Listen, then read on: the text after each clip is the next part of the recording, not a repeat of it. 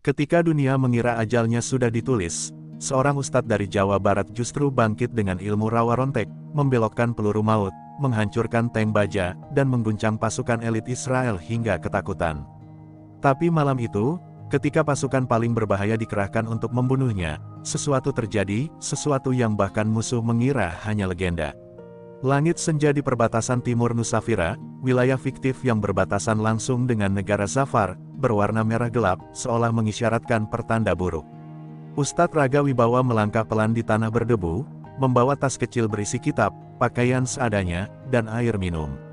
Ia baru selesai dari perjalanan dakwah di desa terpencil ketika deru kendaraan lapis baja mulai terdengar dari kejauhan.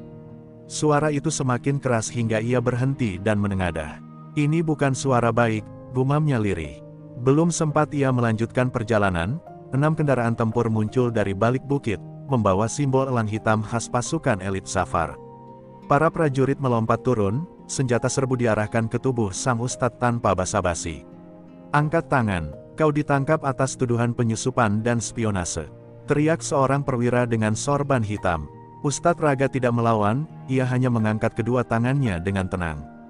Namun sorot matanya menunjukkan sesuatu yang sulit ditebak, ketenangan yang hampir mustahil ditunjukkan seseorang dalam ancaman. Para prajurit mengelilinginya, memasang borgol besi yang sudah jelas tidak manusiawi beratnya. Namun sesuatu terjadi. Begitu borgol itu dikunci, prajurit yang memasangnya tiba-tiba terhuyung, seperti disambar hawa panas tak terlihat. Ia buru-buru menarik tangannya. "Komandan, borgolnya terasa seperti terbakar," katanya gemetar. Perwira itu memicingkan mata, menatap ustadz yang berdiri dengan wajah penuh kasih, seakan sedang menghadapi murid yang ketakutan. Tanpa berkata apa-apa, Ustadz Raga dibawa ke kendaraan. Suasana di dalam terasa lebih mencekam daripada di luar. 6 prajurit bersenjata lengkap duduk mengelilinginya, namun tak satu pun berani menatap matanya terlalu lama. Mereka tidak tahu siapa sebenarnya orang yang sedang mereka bawa. Mereka hanya tahu perintah, tangkap, interogasi, kemudian kirim ke markas pusat. Tapi detak jantung mereka terasa tak wajar, lebih cepat, lebih gugup, seolah tubuh mereka menangkap bahaya yang pikiran mereka belum mampu memahami. Ketika konvoi bergerak, angin gurun menerpa kaca jendela. Dalam perjalanan, salah satu prajurit memberanikan diri bertanya, "Apa yang sebenarnya kau lakukan di wilayah ini?" Ustadz Raga menoleh perlahan. "Aku hanya menyebarkan ilmu yang menenangkan hati," jawabnya. Kalimat itu sederhana, tetapi suaranya menggetarkan ruang sempit kendaraan, membuat para prajurit saling pandang. Tidak ada ancaman, tidak ada amarah, hanya ketenangan yang terlalu dalam, yang justru lebih menakutkan dari teriakan apapun. Ketegangan semakin meningkat ketika kendaraan berhenti mendadak di sebuah pos pemeriksaan militer. Lampu sorot diarahkan ke wajah sang ustadz. Para penjaga pos tampak ragu sejenak, terutama setelah melihat sorot matanya, seolah mereka sedang berhadapan dengan seseorang yang bukan sembarang manusia. "Wajahnya, seperti pernah terlihat dalam kitab kuno," bisik salah satu penjaga pos. Komandan konvoi itu menegurnya keras, menyuruh seluruh penjaga tetap fokus. Namun bisikan itu terlanjur menimbulkan kegelisahan. Akhirnya, mereka tiba di gerbang markas pusat Zafar, sebuah bangunan kolosal dari beton gelap yang menjulang seperti benteng raksasa. Sang ustadz dipaksa turun, kakinya menjejak tanah dingin yang bergetar oleh mesin-mesin tempur yang tak pernah berhenti. Sirene berbunyi, lampu merah berputar, para prajurit berbaris memberi jalur baginya. Namun bukannya tampak takut, Ustadz Raga justru memandang markas itu seperti seseorang yang melihat rumah kosong di senja hari, tidak menakutkan, hanya penuh kesepian. Saat gerbang raksasa tertutup di belakangnya, seorang komandan tinggi berpangkat kolonel mendekat, menatap ustadz itu dengan sorot kebencian bercampur ketakutan. "Kau tidak tahu apa yang menantimu," katanya dingin. Ustadz Raga tersenyum tipis. "Yang menanti hanyalah kehendak Tuhan," jawabnya tenang. Kata-kata itu menggema di lorong bawah tanah saat ia dibawa menuju ruang interogasi, sebuah ruang gelap yang akan menjadi saksi awal dari kekuatan gaib yang selama ini dianggap hanya mitos belaka. Lorong bawah tanah markas Zafar terasa semakin sempit dan dingin ketika Ustadz Raga dibawa masuk. Cahaya lampu neon yang berkedip-kedip memantulkan bayangan panjang di lantai beton retak. 2 prajurit yang mengawalnya menelan ludah berulang kali, seolah ada beban tak kasat mata yang menempel di dada mereka. Sesampainya di depan pintu baja besar, sang komandan memindai kartu identitasnya, lalu pintu terbuka dengan suara geretan besi yang menegakkan bulu kuduk. Di sanalah interogasi paling kejam negeri itu dilakukan. Ruangan interogasi itu gelap, hanya diterangi satu lampu gantung tua yang berayun pelan. Di tengah ruangan terdapat kursi besi dengan tali rantai yang tampak masih bernoda merah. Ustadz Raga dibawa ke kursi itu, namun tidak ada ketegangan di wajahnya. Matanya tetap jernih, bibirnya tetap menyebut zikir perlahan. Komandan Kolonel, lelaki bertubuh besar dan penuh bekas luka, menatapnya dengan kebencian yang dipaksakan. "Ustadz," katanya sinis, "hari ini kau tidak akan bisa berlindung di balik kata-kata indahmu." Begitu Ustadz itu duduk, dua prajurit mulai mengikat tangan dan kakinya ke kursi. Tetapi anehnya, setiap kali rantai itu menyentuh kulit sang Ustadz, rantainya bergetar sendiri seolah menolak. Salah satu prajurit sampai mundur 2 langkah sambil menggosok tangannya. "Komandan, saya merasa seperti tersengat listrik," katanya ketakutan. Komandan Kolonel menggeram, memaksa prajurit lain melanjutkan, namun fenomenanya terus berulang, rantai itu seperti menolak dipasang. Seolah ada sesuatu yang lebih kuat daripada baja yang menahan mereka. Komandan kehilangan kesabaran. Ia menghentakkan tinjunya ke meja logam besar di sudut ruangan. "Sudahlah," teriaknya, "tidak perlu diikat. Dia tidak akan bisa kabur." Ia mendekat, menatap lekat wajah Ustadz Raga. "Katakan siapa yang menyuruhmu masuk ke wilayah kami? Siapa yang kau intai? Siapa jaringanmu? Katakan semuanya sebelum aku buat kau menyesal." Ustadz Raga hanya menghela napas pelan. "Aku bukan siapa-siapa. Aku tak membawa senjata, tak membawa apapun selain doa. Mengapa kalian sulit mempercayai kebenaran yang sederhana?" Kalimat itu justru membuat kolonel semakin marah. Ia mengambil tongkat kejut listrik dan menyalakannya. Percikan listrik biru menyala terang, menggetarkan udara. "Doa tidak menyelamatkanmu di sini," katanya sambil menempelkan tongkat itu ke bahu sang Ustadz. Namun sesuatu yang sangat janggal terjadi. Percikan listrik yang seharusnya menyengat tubuh Ustadz Raga justru melompat ke arah kolonel sendiri. Ia terhuyung, memukul tembok, dan terjatuh dengan wajah terkejut, seolah tidak percaya apa yang baru terjadi. Dua prajurit lain panik. Mereka mencoba menenangkan sang kolonel, namun tubuh mereka ikut terpental oleh energi yang tak terlihat, seolah ada medan tak kasat mata yang mengelilingi Ustadz Raga. Lampu di ruangan mulai berkelip-kelip tak stabil. Suara listrik mendengung seperti ada sesuatu yang sedang terbangun. Ustadz Raga masih diam, masih menunduk, masih bersikir. Namun udara di sekelilingnya terasa bergetar semakin kuat, seolah membaca larik doa yang sama. "Ini tidak mungkin, ini tidak masuk akal," gumam kolonel sambil bangkit dengan wajah pucat. Ia menatap Ustadz itu seperti sedang menatap bencana. "Ilmu apa yang kau gunakan?" Ustadz Raga menatapnya perlahan. "Tidak ada ilmu, hanya perlindungan dari Yang Maha Kuasa. Kalian yang memilih kekerasan, bukan aku." Kolonel memukul meja begitu keras hingga denting besinya menggema di seluruh ruangan. "Bawa Algojo. Kalau dia kebal interogasi, kita lihat apakah dia kebal eksekusi." Dengan suara geram itu, kolonel keluar dari ruangan. Prajurit lainnya terburu-buru mengikuti, namun wajah mereka masih diliputi ketakutan. Ustadz Raga dibiarkan sendirian dalam ruangan yang semakin redup, hanya ditemani suara gemerisik rantai yang bergerak sendiri. Tanpa siapapun melihat, di lantai tepat di bawahnya muncul bayangan kehitaman berbentuk lingkaran. Lingkaran itu berdenyut halus, seolah rawa rontek mulai bangkit pelan-pelan, menunggu saatnya menyelimuti sang Ustadz. Sirene darurat meraung di seluruh markas bawah tanah Zafar ketika kolonel keluar dari ruang interogasi dengan wajah pucat seperti kain kafan. Para prajurit yang melihatnya langsung tahu sesuatu telah terjadi, sesuatu yang jauh lebih mengerikan daripada sekadar tahanan yang membandel. "Siapkan lapangan eksekusi. Sekarang," teriak kolonel dengan suara bergetar. Para prajurit saling pandang, bukan keputusan itu yang membuat mereka cemas, melainkan cara sang kolonel mengatakannya, penuh ketakutan, seolah nyawanya sendiri sedang dikejar. Dalam hitungan menit, seluruh komandan tingkat tinggi berkumpul di ruang rapat krisis. Rapat itu tidak berjalan, melainkan dipenuhi desas-desus dan wajah-wajah gelisah.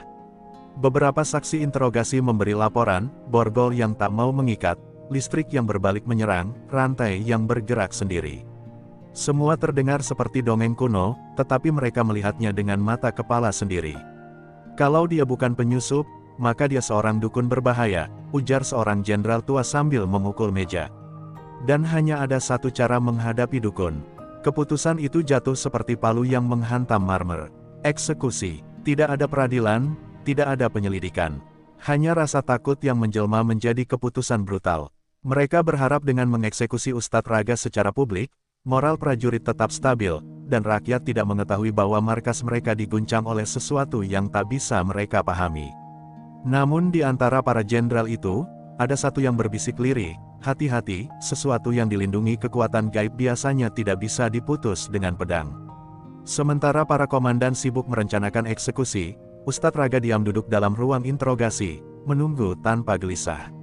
Lampu-lampu di langit-langit berkedip lebih cepat, dan bayangan hitam di lantai semakin jelas bentuknya, lingkaran berlapis seperti matahari gerhana.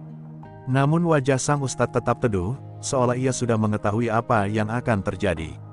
Segalanya sudah ditulis, bisiknya pada dirinya sendiri, bahkan rasa takut mereka pun bagian dari tulisan itu. Tak lama kemudian, 4 prajurit datang menggotongnya keluar.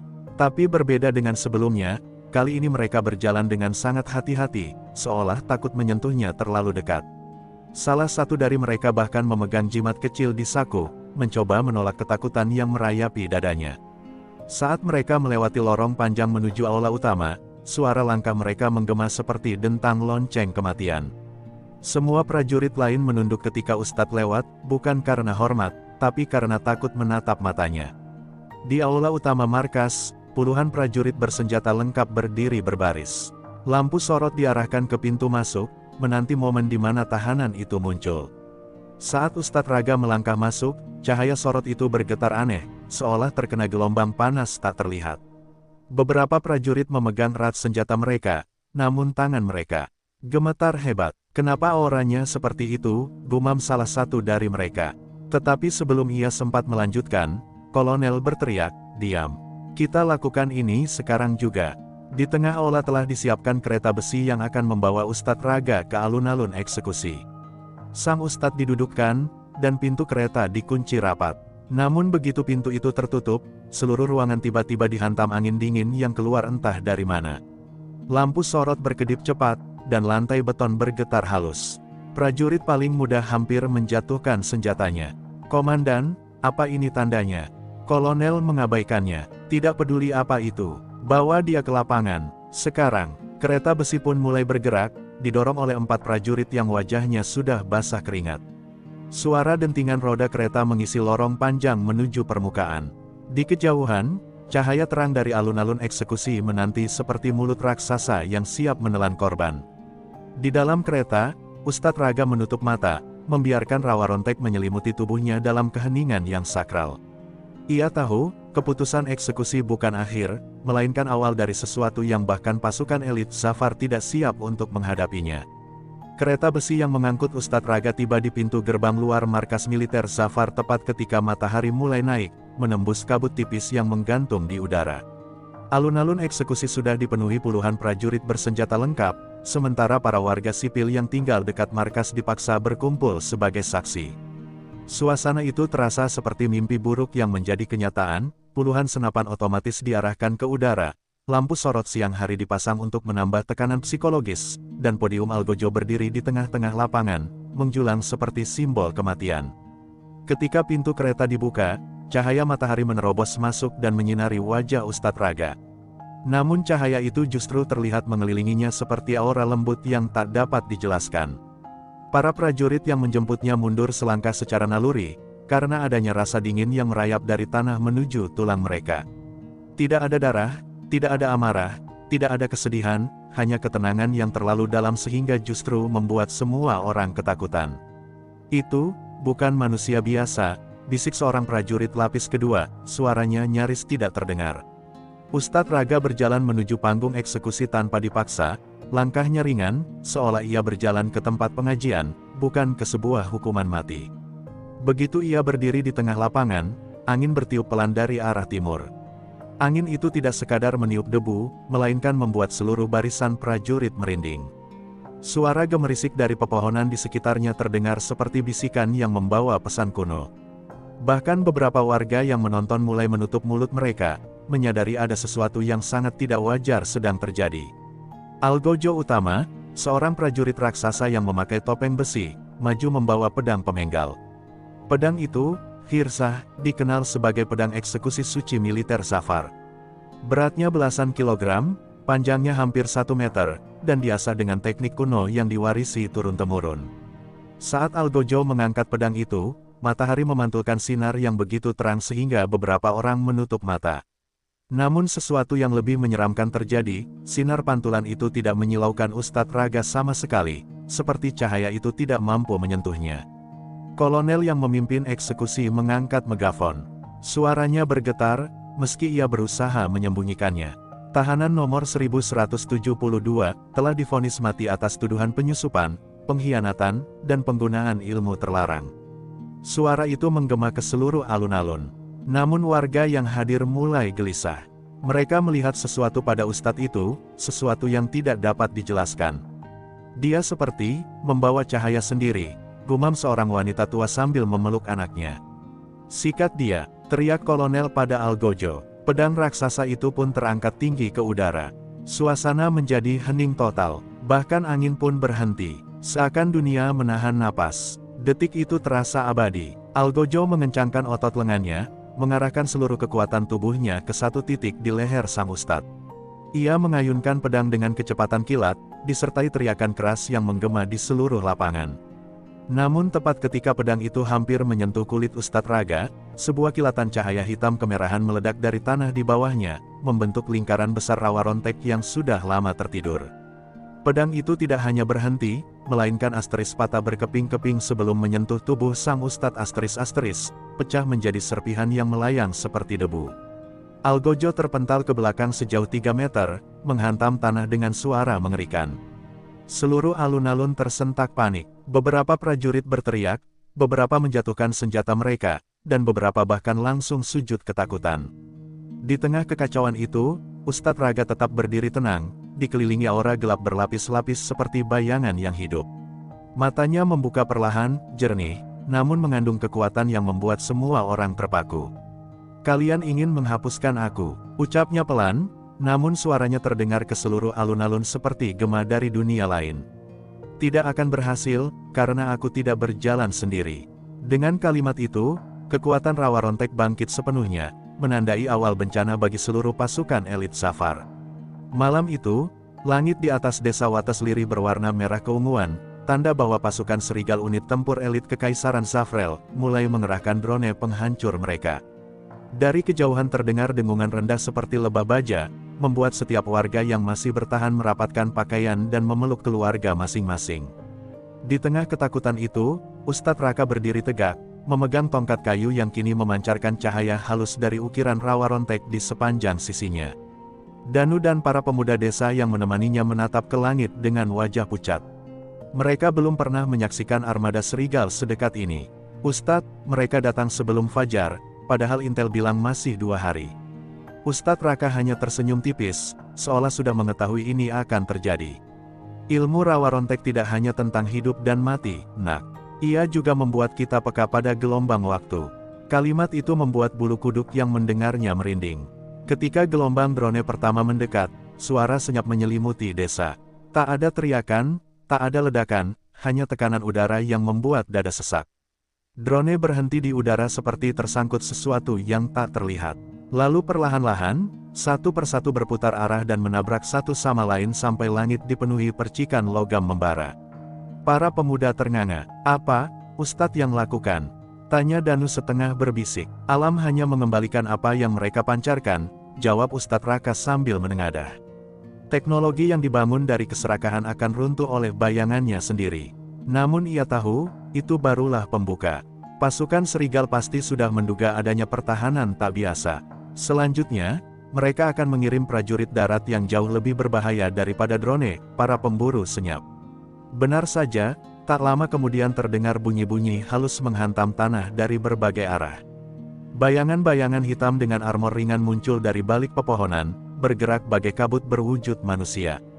Mereka melangkah tanpa suara, tanpa sulitnya menembus perimeter desa. Pemuda-pemuda desa mundur ketakutan. Danu bahkan menjatuhkan kayu pemukul yang ia bawa. "Mereka bukan manusia," desisnya. Ustadz Raka mengetuk tanah. Dengan tongkatnya, sekali, dua kali. Getaran menjalar menyusuri tanah seperti aliran air kehidupan.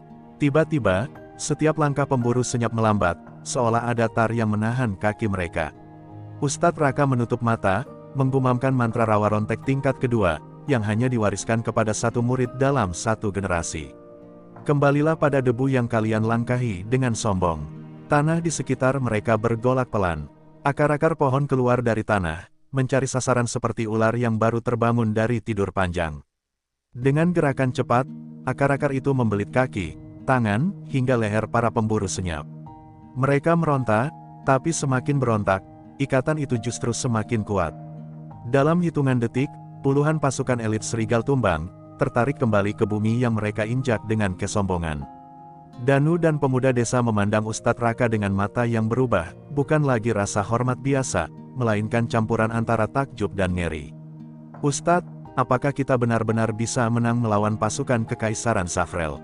tanya Danu pelan. Ustadz Raka menatap jauh ke arah kegelapan hutan, ke arah tempat energi rawa rontek terasa semakin bergejolak. "Belum, nak," katanya lirih.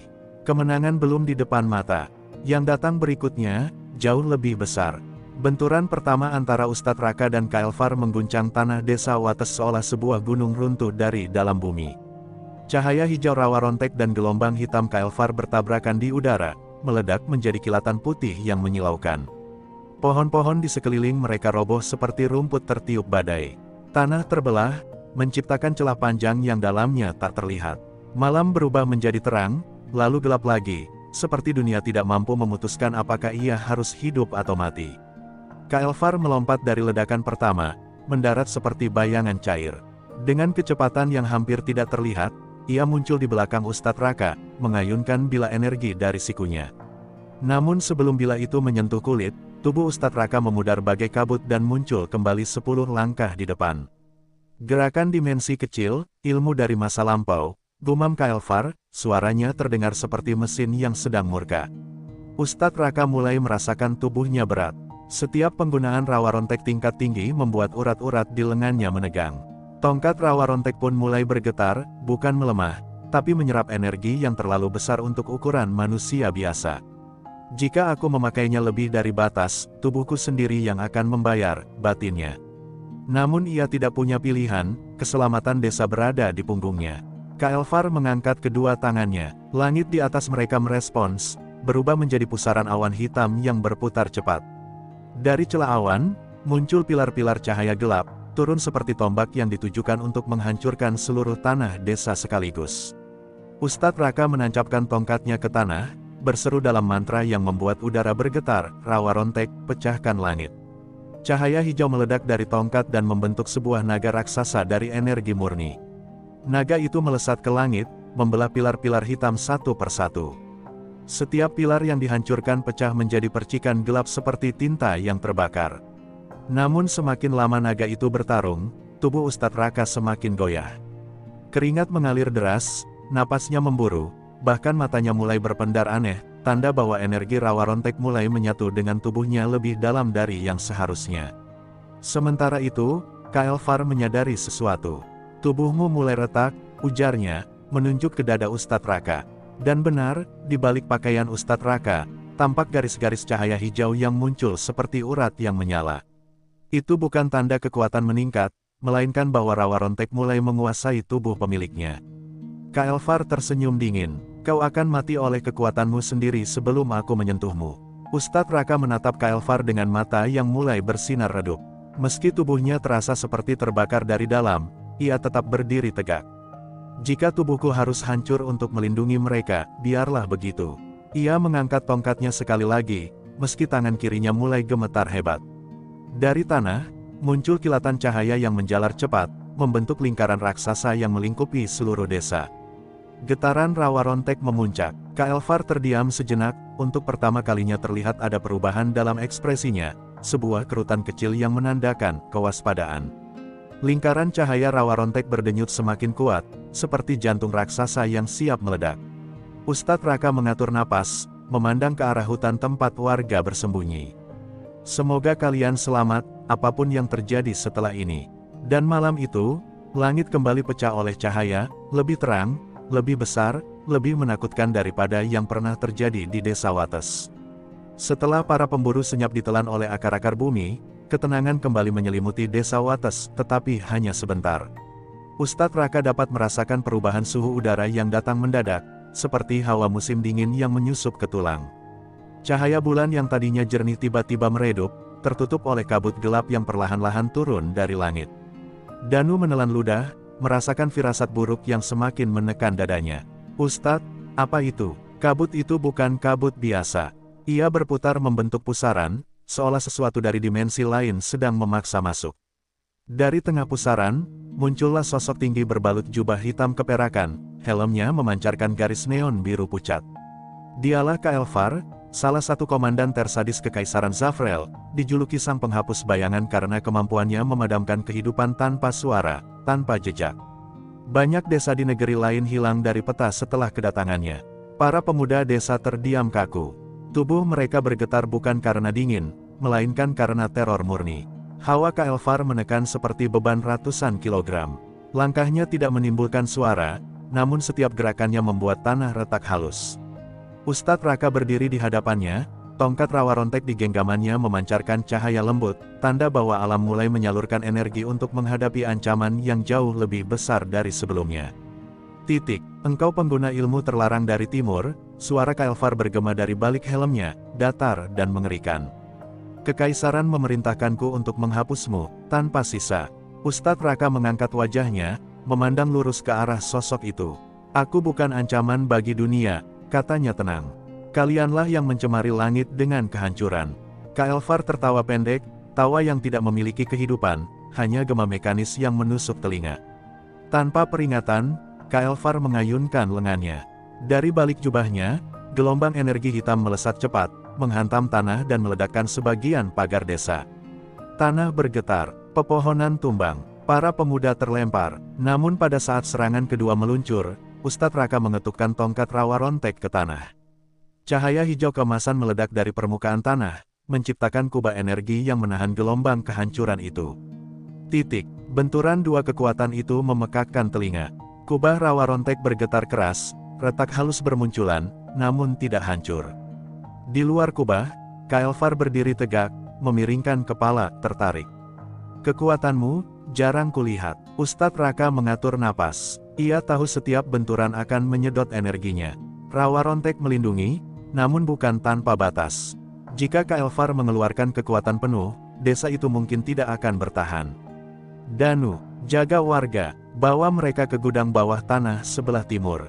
Seru Ustadz Raka. Danu yang masih tersungkur bangkit terlatih, mengangguk dan memimpin para pemuda menarik warga yang tersisa.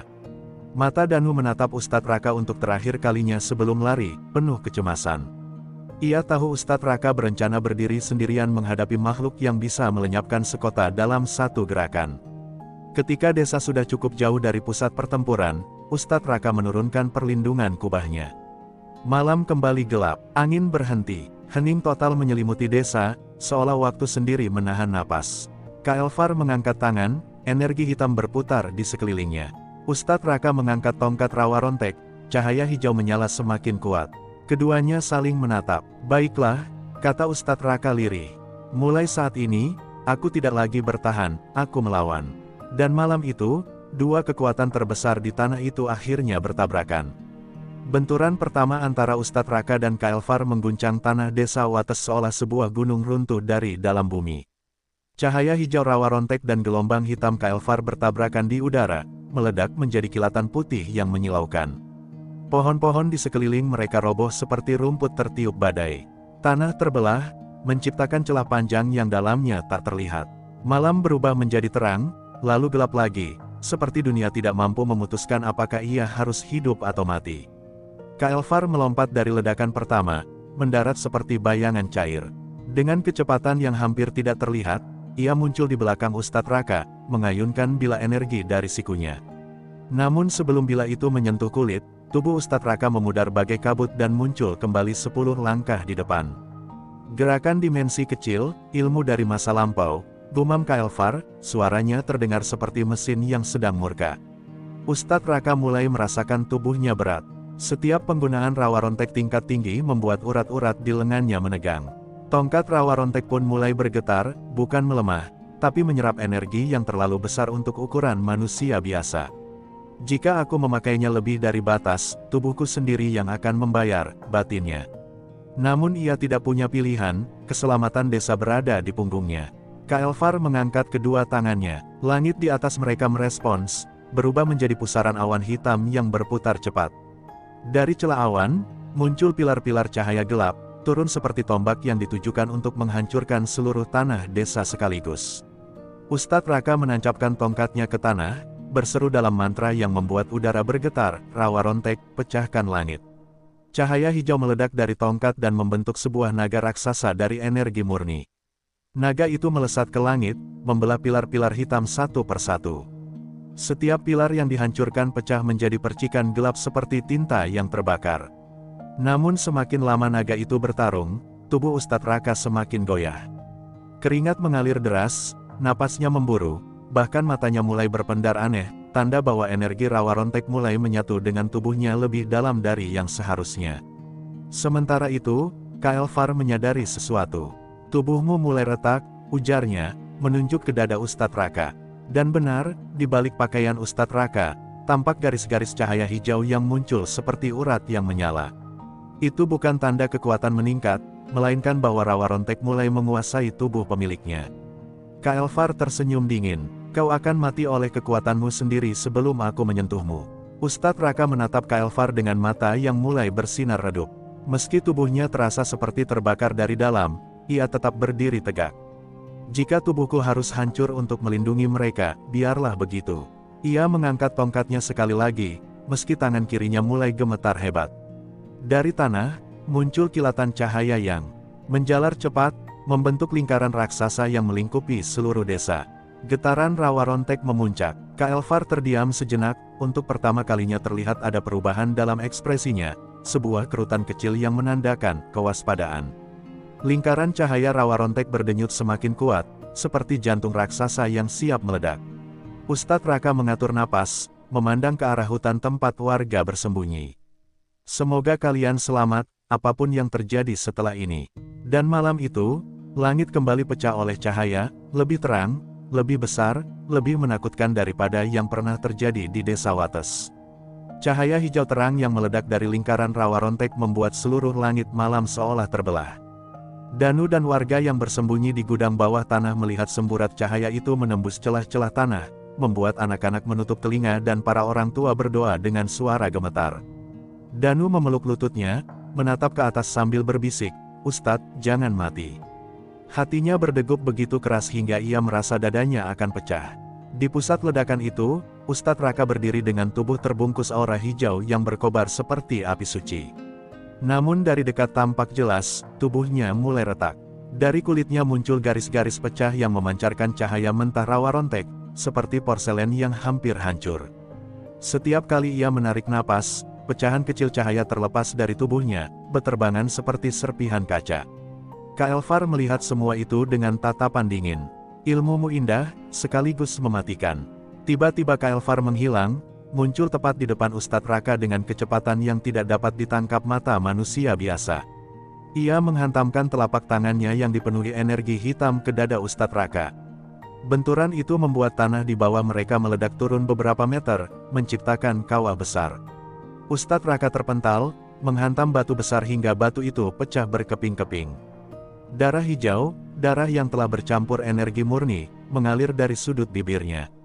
Namun meski tubuhnya nyaris runtuh, tatapan Ustadz Raka tidak padam.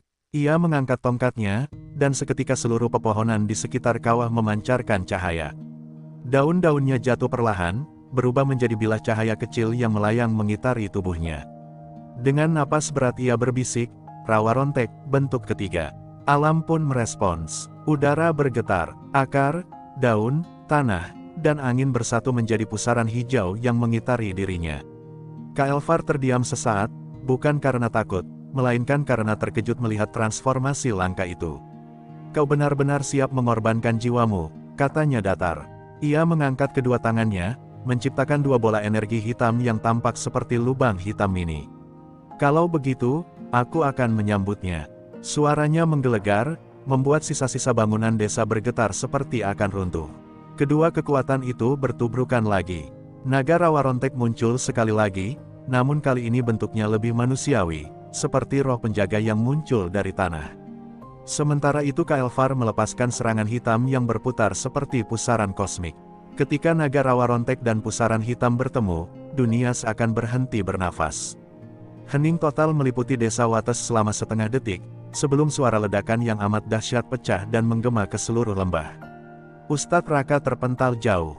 Tongkat rawa rontek terlempar dari tangannya, tertancap di tanah beberapa meter dari tubuhnya. Energi hijau mulai berlarian liar di sekitar tubuhnya, tak terkendali, seperti binatang buas yang mencoba keluar dari sangkar. Ustadz Raka menggenggam dadanya. Tidak, jangan sekarang, aku belum selesai, suaranya pecah. Pecahan cahaya mulai keluar lebih cepat dari retakan tubuhnya. Ia tahu, jika tidak mengendalikan rawa rontek sekarang, tubuhnya akan meledak sebelum ia dapat menyelamatkan siapapun. Kael'thar melangkah mendekat pelan, tanpa terburu-buru, seperti jagal mendekati mangsanya. Kau hebat, manusia timur, katanya sambil mengangkat tangan untuk serangan terakhir. Tapi ini batasmu. Namun sebelum serangan itu turun, tongkat rawa rontek tiba-tiba bersinar sangat kuat, lebih terang dari sebelumnya, seakan memanggil tuannya untuk bangkit sekali lagi. Ustadz Raka membuka mata perlahan, pupilnya kini berubah menjadi hijau sepenuhnya. Dan ia berbisik. Cahaya dari tongkat rawa rontek menyambar ke langit malam seperti kilat yang tidak kunjung padam. Tanah bergetar, udara menjadi berat, dan suara rendah yang mirip gumaman ribuan roh terdengar dari segala arah. Tubuh Ustadz Raka yang sebelumnya hampir runtuh perlahan bangkit, dikelilingi serpihan cahaya hijau yang berputar seperti partikel bintang. Retakan pada kulitnya masih ada, tetapi kini seakan dijahit kembali oleh energi yang melingkupi tubuhnya. Kael'thar berhenti melangkah, untuk pertama kalinya memperlihatkan ketegangan di balik helmnya. Ustadz Raka mengulurkan tangannya, tongkat rawa rontek terlepas dari tanah dan melesat kembali ke genggamannya. Saat ia memegangnya, bumi mengeluarkan cahaya berdenyut, seperti detak jantung raksasa dari dalam inti planet. Dari seluruh penjuru hutan, aliran energi hijau mengalir masuk, ditarik oleh kekuatan rawa rontek tingkat tertinggi, pamor jagat pamungkas.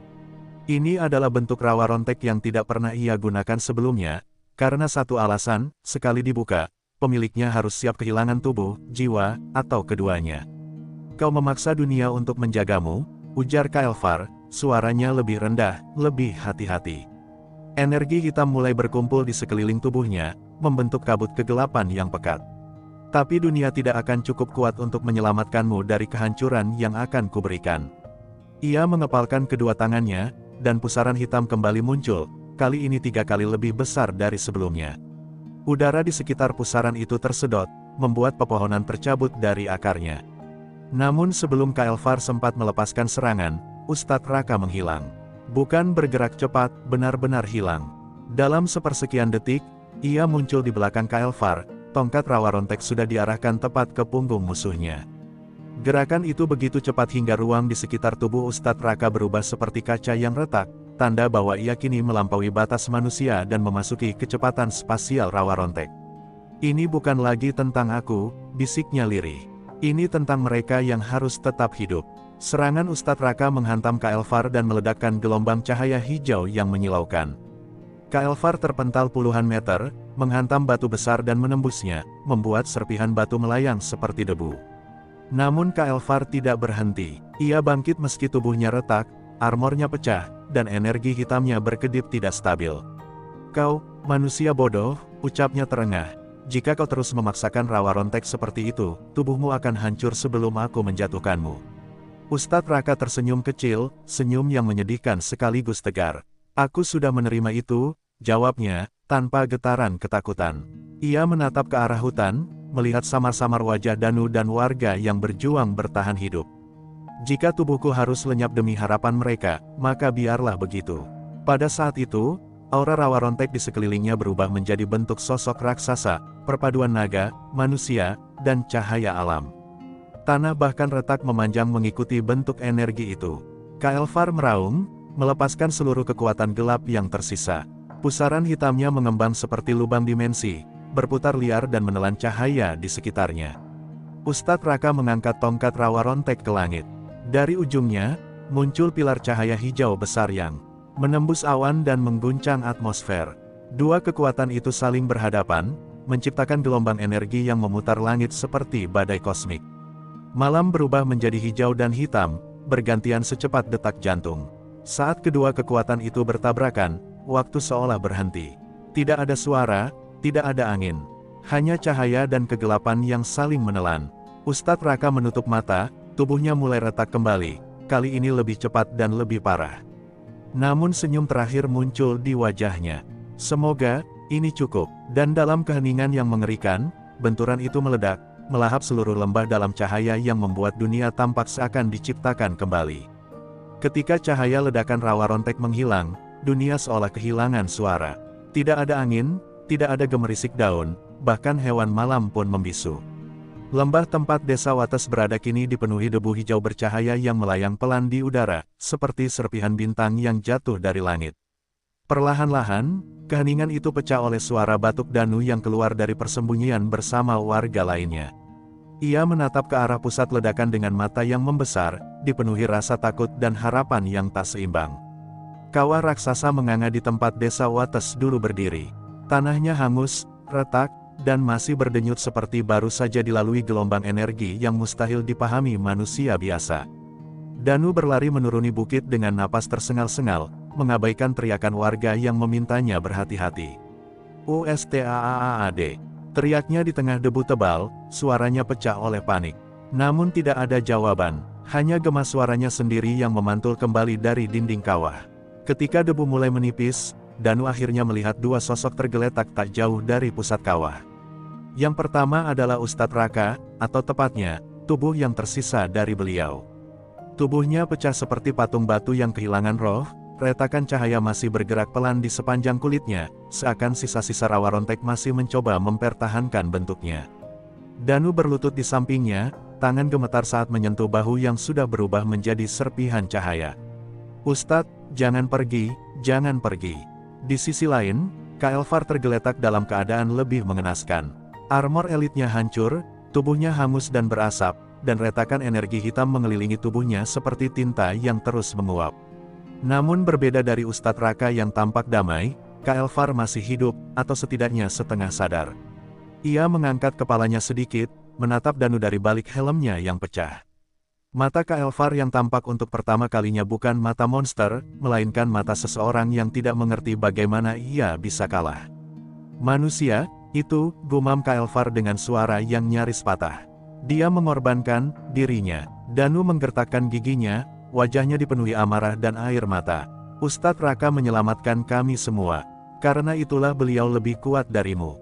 Kael'thar mencoba tertawa, namun yang keluar hanyalah darah hitam yang mengalir dari helmnya. "Kekuatan sejati, bukan milikku, bukan milikmu." Ia terdiam sejenak. "Rawa rontek, menghapusku, bahkan dari bayangan." Detik berikutnya, tubuh Kael'thar mulai retak seperti kaca. Bukan cahaya yang keluar dari tubuhnya, melainkan kegelapan yang menguap ke udara, seperti kabut malam yang tersedot angin. Dalam hitungan detik, tubuh komandan kekaisaran itu runtuh menjadi debu hitam yang terbawa angin dan hilang tanpa jejak. Danu memandang pemandangan itu dengan wajah pucat, menyadari bahwa lawan yang begitu ditakuti seluruh benua, kini hilang dari dunia hanya oleh satu orang, Ustadz Raka.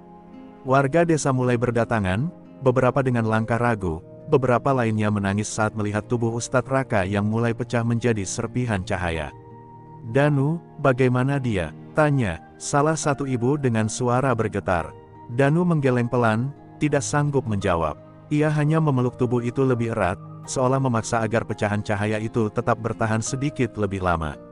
Namun serpihan itu mulai melayang, naik perlahan ke langit malam seperti kunang-kunang terakhir di musim gelap. Saat cahaya itu menghilang, meninggalkan tanah dengan keheningan yang hampir sakral, Danu menunduk dan mengepalkan tangan. "Ustadz, aku berjanji," bisiknya dengan suara yang pecah. "Aku akan menjaga ilmu ini, aku akan menjaga semua orang, demi pengorbananmu." Di kejauhan, angin malam bertiup pelan seakan membawa bisikan rawa rontek yang terakhir, sebuah pesan lembut yang hanya bisa didengar oleh mereka yang hatinya masih terhubung dengan alam. Pertarungan ini belum selesai. Malam itu, setelah cahaya Ustadz Raka lenyap dari pandangan dunia, desa Wates dipenuhi tangis yang tidak pernah terdengar sebelumnya. Warga duduk di tanah yang masih hangat oleh ledakan, memandangi kawah besar yang kini menjadi makam tanpa nisan. Namun yang paling terpukul adalah Danu. Ia berdiri terpaku, tidak bergeming bahkan ketika embun mulai turun dan angin malam menusuk kulit. Di dalam dadanya, sesuatu terasa bolong, seperti ada bagian dirinya yang ikut hilang bersama serpihan cahaya sang ustadz. Tidak ada yang berbicara selama beberapa menit panjang. Hanya suara api kecil yang masih membara di beberapa titik reruntuhan.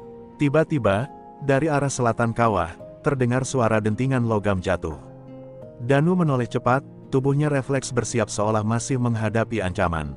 Dari balik batu yang retak, ia melihat sesuatu yang aneh, sebuah serpihan armor hitam Kael'thar yang bercahaya samar, meski seharusnya musnah bersama tubuh sang komandan.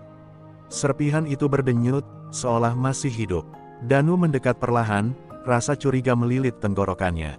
Saat ia memungut serpihan itu, tiba-tiba suara berat bergema langsung di dalam kepalanya. Perang ini tidak berakhir, manusia kecil. Danu menjatuhkan serpihan itu dan mundur tersentak. Jantungnya berdetak keras. Suara itu, suara Kael'thar. Atau setidaknya sesuatu yang tersisa dari sang komandan. Para warga yang mendengar teriakan Danu segera berdatangan, tetapi ketika mereka melihat serpihan itu, cahaya anehnya telah menghilang, meninggalkan logam gelap yang dingin dan tak bergerak. "Danu, apa yang kau lihat?" tanya salah satu tetua desa dengan suara cemas. Danu terdiam, menggenggam ujung jubahnya erat-erat. "Sesuatu dari Kael'thar, masih hidup," jawabnya pelan. Warga langsung saling menatap, sebagian ketakutan, sebagian tidak percaya. Namun sebelum mereka sempat bertanya lebih jauh, tanah di bawah kaki mereka bergetar perlahan, seperti ada sesuatu yang jauh di dalam bumi sedang bergerak. Getaran itu kecil, tetapi cukup untuk membuat semua orang membeku. Suara gema itu semakin jelas. Tidak seperti gempa, melainkan seperti langkah besar yang bergerak dari kedalaman. Danu sadar, Rawa Rontek bukan hanya menghancurkan Kael'thar dan Ustadz Raka.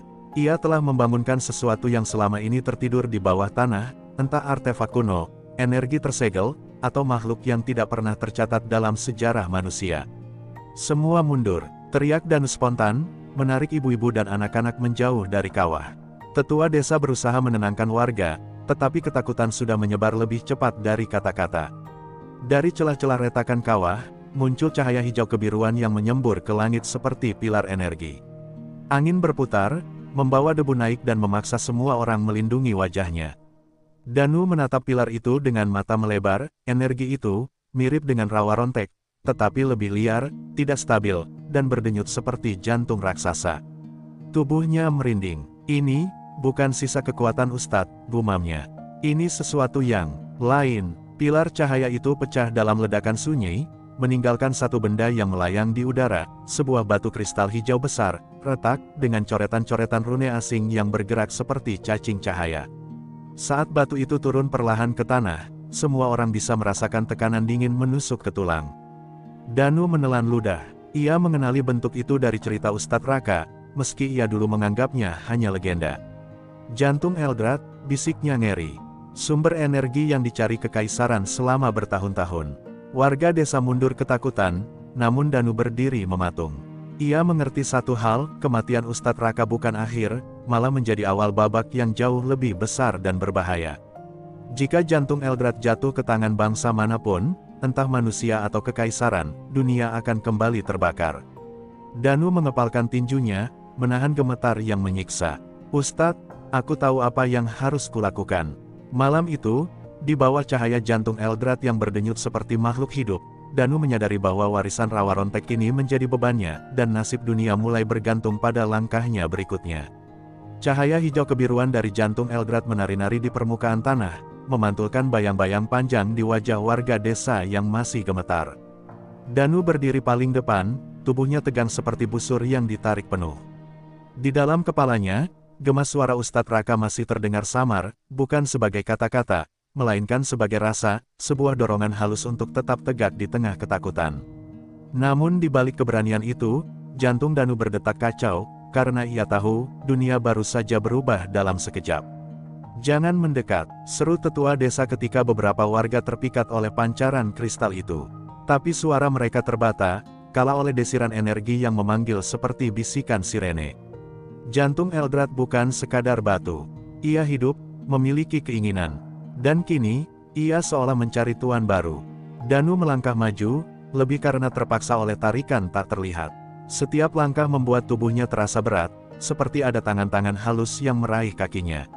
Mendadak, dari dalam kristal terdengar suara dentuman frekuensi rendah yang mengguncang dada semua orang. Anak-anak menutup telinga sambil menangis, ibu-ibu berjongkok memeluk mereka.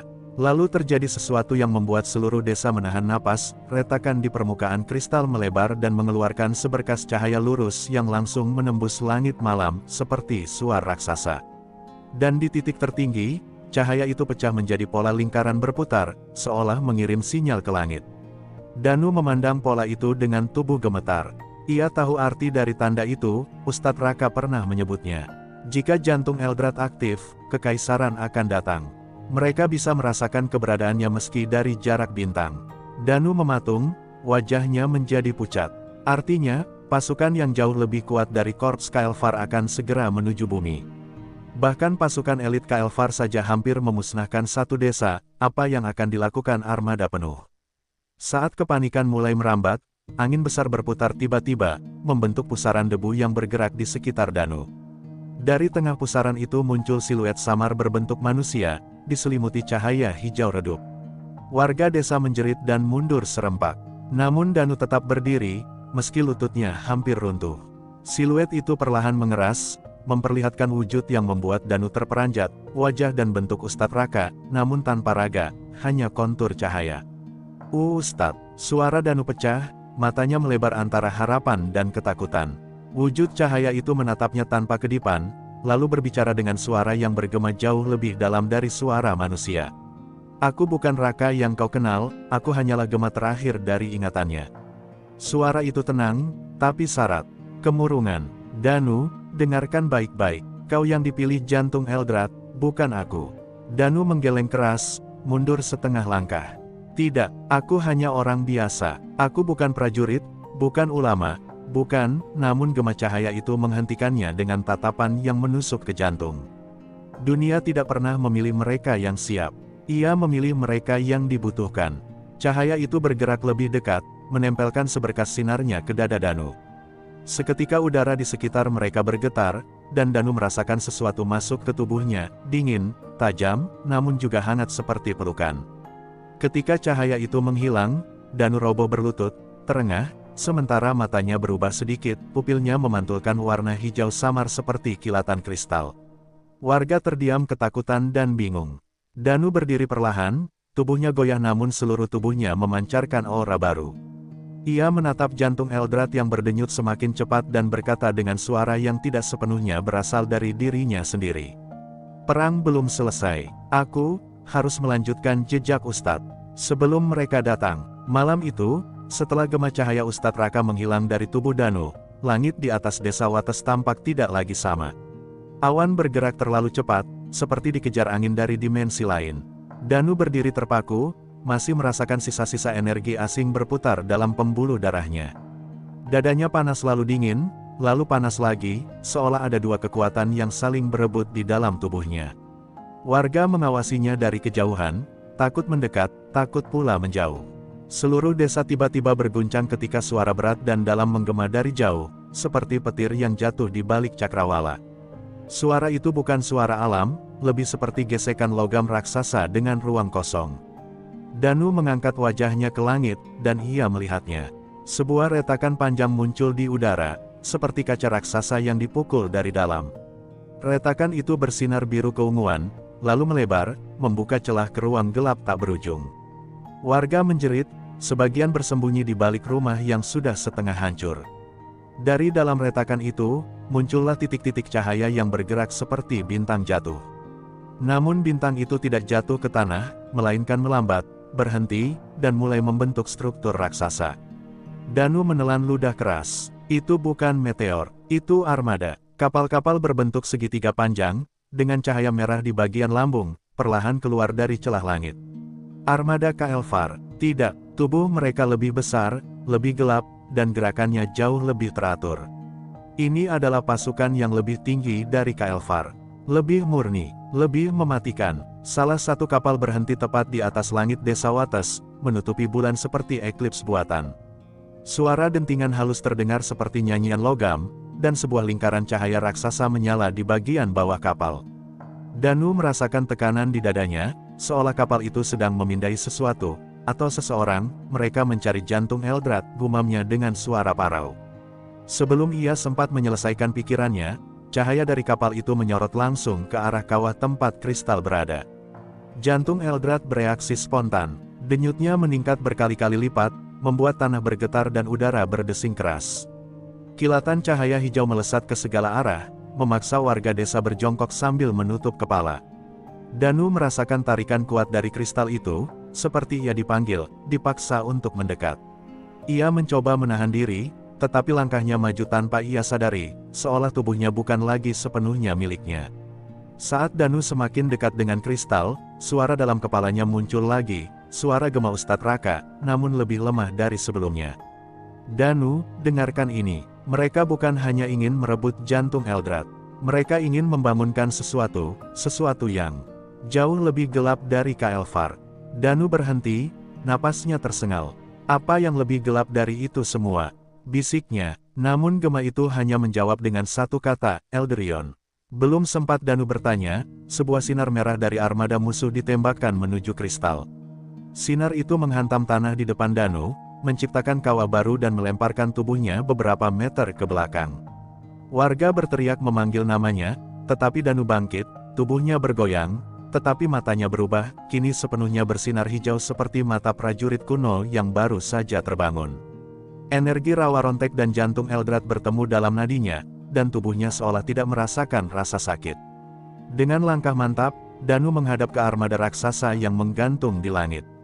Angin mengamuk di sekelilingnya, debu berputar seperti pusaran badai. Jika mereka datang untuk menghancurkan bumi, katanya pelan, suaranya bercampur dengan gema asing yang membuat warga merinding, maka aku akan menjadi tembok pertama. Di langit, kapal-kapal raksasa itu mulai membuka palka, dan darinya turun puluhan siluet bersenjata yang belum pernah terlihat oleh mata manusia. Dari celah-celah kapal raksasa yang menggantung di atas desa Wates, turunnya pasukan itu terasa seperti mimpi buruk yang menjadi nyata. Mereka tidak turun dengan parasut atau mesin biasa, mereka melayang turun dalam formasi sempurna, tubuh mereka dilapisi armor hitam pekat dengan pola-pola merah menyala. Tidak ada suara teriakan, tidak ada komando. Hanya keheningan mematikan yang membuat dada setiap orang seperti diremas. Danu mematung, merasakan hawa dingin menusuk tulang saat puluhan sosok itu menyentuh tanah tanpa suara. Begitu kaki mereka menyentuh tanah, bumi bergetar halus. Mereka lebih tinggi daripada manusia, bahu lebar, helm mereka memiliki 3 garis cahaya merah yang bergerak seperti mata yang terus memindai segala arah. Salah satu dari mereka mengangkat tangan, dan udara langsung dipenuhi dengungan rendah, seperti suara serangga logam. Seketika, drone-drone kecil bermunculan dari punggung armor mereka, melesat ke langit, membentuk kubah pemindaian. Danu menggenggam tanah yang retak, berusaha mengontrol napas yang memburu. Ini, bukan Kael'thar, gumam Danu. Ini lebih buruk. Salah satu tetua desa berbisik ketakutan, siapa mereka? Danu menelan ludah keras. Ia tahu jawabannya dari serpihan ingatan Ustadz Raka yang tertanam dalam dirinya, divisi purifikasi kekaisaran, Elderion Vanguard, pasukan paling mematikan yang hanya bergerak ketika sebuah planet dianggap mengandung potensi bahaya eksistensial.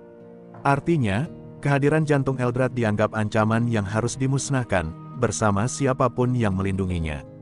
Salah satu prajurit Elderion menoleh ke arah Danu, dan garis merah di helmnya melebar seperti mata yang membesar.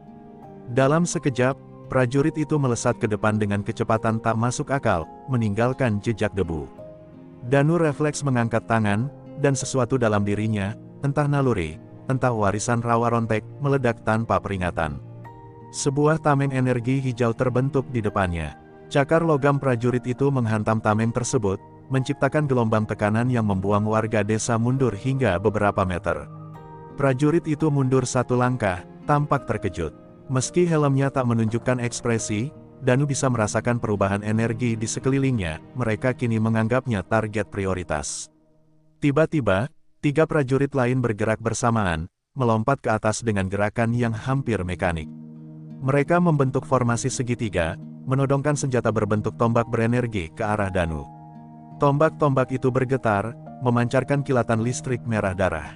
Ketika 3 tombak itu ditembakkan bersamaan, Danu merasakan waktu melambat. Tubuhnya bergerak lebih cepat dari pemikirannya. Ia memutar tubuh, melompat, dan menendang tanah. Ledakan energi hijau meledak dari kakinya, mendorongnya ke udara beberapa meter. 3 sinar merah itu menghantam tanah dan menciptakan ledakan yang merobek separuh area desa. Warga menjerit dan berlari menyelamatkan diri. Danu melihat kehancuran itu dengan rasa bersalah, tetapi ia tahu, ini baru permulaan. Saat ia mendarat, tanah di bawahnya berubah menjadi retakan bercahaya. Energi Eldrad semakin menyatu dengan tubuhnya, membuatnya merasakan denyut yang berasal dari bumi sekaligus langit. Aku tidak bisa terus bertahan seperti ini, gumamnya. Pada saat yang sama, jantung Eldrad di belakangnya berdenyut keras, mengirim gelombang energi yang membuat para prajurit Elderion mundur sejenak. Denyutan itu terasa seperti panggilan agar Danu mendekat. Danu menoleh ke arah kristal itu, lalu ke arah pasukan yang kini sedang mempersiapkan serangan berikutnya. Debu, api, dan cahaya merah memenuhi malam. Dalam dadanya, suara Ustadz Raka kembali terdengar samar, jika kau tidak mengendalikan kekuatan itu yang akan mengendalikanmu. Danu mengepalkan tangan, menahan gemetar. Kalau begitu, aku harus menguasainya. Ia berlari menuju jantung Eldrad, sementara dari belakang, puluhan prajurit Elderion mulai berlari mengejarnya seperti kawanan bayangan mematikan. Danu berlari secepat yang ia bisa, napasnya membakar paru-paru, sementara tanah di belakangnya hancur oleh rentetan serangan prajurit Elderion. Setiap langkah serasa seperti bertarung melawan dunia yang runtuh. Namun ketika ia mendekati jantung Eldrad, denyutan kristal itu semakin kuat, seperti jantung raksasa yang menunggu untuk disatukan dengan dirinya. Udara di sekitarnya bergetar, membuat rambutnya berdiri, dan cahaya hijau yang menyelimuti kristal itu tampak semakin liar. Tepat ketika Danu hanya berjarak 3 meter dari jantung Eldrad, seorang prajurit Elderion melesat lebih cepat dari peluru, tombaknya diarahkan langsung ke jantung Danu. Warga desa menjerit histeris melihat itu. Namun waktu seperti berhenti sejenak ketika Danu menoleh. Mata hijau terang itu memancarkan cahaya yang membuat prajurit tersebut terhenti sepersekian detik. Dalam momen kecil itu, Danu melompat dan mengulurkan tangan ke arah kristal. Ujung jari Danu menyentuh permukaan jantung Eldrad, dan dunia seakan meledak dalam ketenangan. Tidak ada suara, tidak ada cahaya, tidak ada rasa sakit, hanya kehampaan putih luas yang menyelimuti dirinya. Danu mengambang di ruang tanpa bentuk, tanpa batas. Lalu, dalam kehampaan itu, muncul siluet-siluet samar, bayangan para penjaga kuno, entitas-entitas yang pernah menggunakan Eldrad sebelum peradaban bumi lahir. Ada yang bermata 3, bersayap cahaya, ada pula yang menyerupai manusia namun jauh lebih agung. Salah satu siluet itu mendekat, suaranya berbicara tanpa bibir, langsung ke pikiran Danu. Engkau menyentuh inti kehidupan, engkau terpilih bukan karena kekuatanmu, tetapi karena keberanianmu menolak takdir maut. Danu mencoba berbicara, tetapi suaranya hilang di ruang kosong.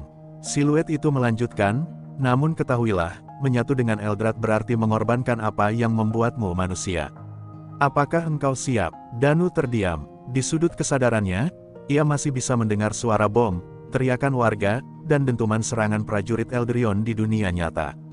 Ia teringat wajah ibunya, senyum Ustadz Raka, desa Wates yang pernah damai, dan semua yang telah hancur.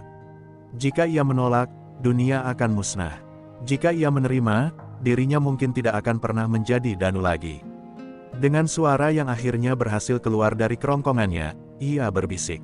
Kalau aku harus hilang, asalkan mereka selamat, aku terima. Kristal Eldrad menyala terang seketika. Siluet-siluet itu terbang mengitari Danu, lalu menyatu menjadi satu cahaya besar yang masuk ke tubuhnya. Danu menjerit, bukan karena kesakitan, tetapi karena tubuhnya seperti diperluas melampaui batas manusia. Ia merasakan denyut bumi, aliran sungai di bawah tanah, gerakan angin, bahkan getaran langkah prajurit Elderion di atas permukaan tanah. Ia tidak lagi merasakan tubuhnya sebagai batas, melainkan sebagai jembatan antara manusia dan sesuatu yang jauh lebih tua. Cahaya hijau meledak dari jantung Eldrad, membentuk pilar cahaya yang menembus awan dan mengguncang armada raksasa di langit. Para prajurit Elderion tersentak mundur, armor mereka bergetar seolah terancam pecah. Dari tengah pilar itu, siluet seseorang perlahan muncul, Danu, tetapi bukan lagi Danu yang mereka kenal. Tubuhnya diselimuti lapisan cahaya hijau yang berputar seperti armor eterik, mata hijau menyala seperti dua bintang kecil, dan suaranya bergema seperti dua dunia berbicara bersamaan. Danu melangkah maju, dan setiap langkah menciptakan gelombang energi yang memecah tanah. Para prajurit Eldrion secara refleks mengambil posisi bertahan. Dengan suara yang berat dan dalam, Danu berkata, "Aku adalah penjaga Eldrad. Kalian tidak akan menyentuh bumi ini." Dan untuk pertama kalinya sejak mereka turun dari langit, pasukan Eldrion menunda langkahnya, karena untuk pertama kalinya mereka melihat sesuatu yang membuat mereka ragu.